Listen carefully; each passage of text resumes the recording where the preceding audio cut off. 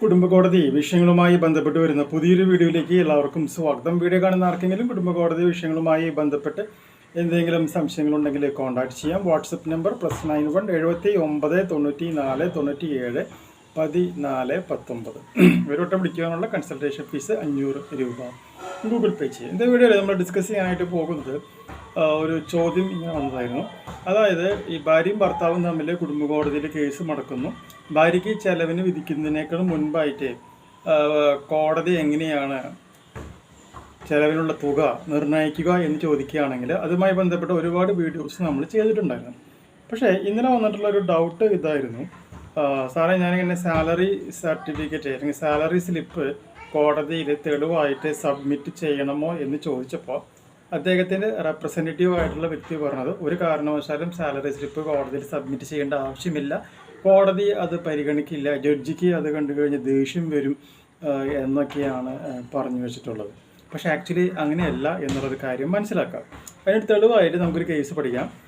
July 17, 2026 വന്നിട്ടുള്ള ഒരു കേസാണ്. ആ കേസിൽ കോടതി പറഞ്ഞിട്ടുള്ള പോയിന്റ് എങ്ങനെയാണ്, salary slips essential before fixing maintenance എന്നാണ് പറയുന്നത്.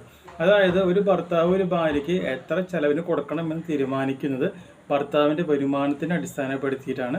അപ്പോൾ വരുമാനം എത്രയാണ് എന്നറിയുവാനായിട്ട് ഭർത്താവ് സാലറി സ്ലിപ്പ് എന്ത് ചെയ്യണം, നിർബന്ധമായിട്ടും കോടതിയിൽ ഫയൽ ചെയ്യണം. പിന്നെ അടുത്തായിട്ട് പറഞ്ഞ പോയിന്റ് നോക്കാം.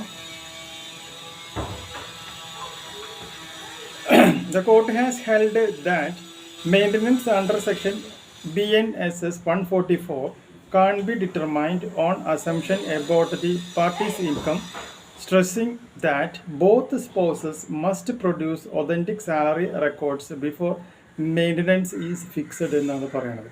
ഭാര്യയും ഭർത്താവും നിർബന്ധമായിട്ടും അവരുടെ വരുമാന സർട്ടിഫിക്കറ്റ് കോടതിയിൽ എവിഡൻസ് ആയിട്ട് ഫയൽ ചെയ്യണം എന്ന് തന്നെയാണ് കോടതി പറയുന്നത്.